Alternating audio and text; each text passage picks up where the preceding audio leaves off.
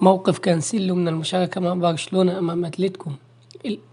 تأهل برشلونة إلى مراحل الخروج المغلوب من دوري أبطال أوروبا المرة الأولى منذ 3 سنوات بعدما فاز على بورتو في الجولة الماضية من دوري أبطال أوروبا الثلاثاء الماضي.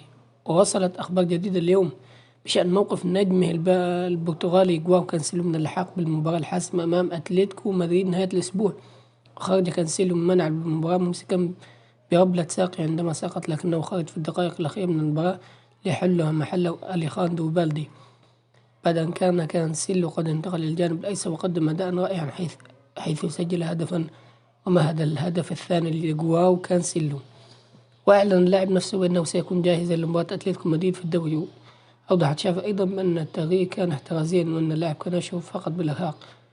ويعد كانسيلو واحدة من أبرز الإيجابيات لدى فريق برشلونة حيث لعب جميع مباريات برشلونة والبرتغال حتى هذا الحين، وحصل فقط على 65 دقيقة من الراحة مع الفريق الكتالوني، كما لعب جميع المباريات مع البرتغال باستثناء 94 دقيقة خلال المباريات الست الماضية.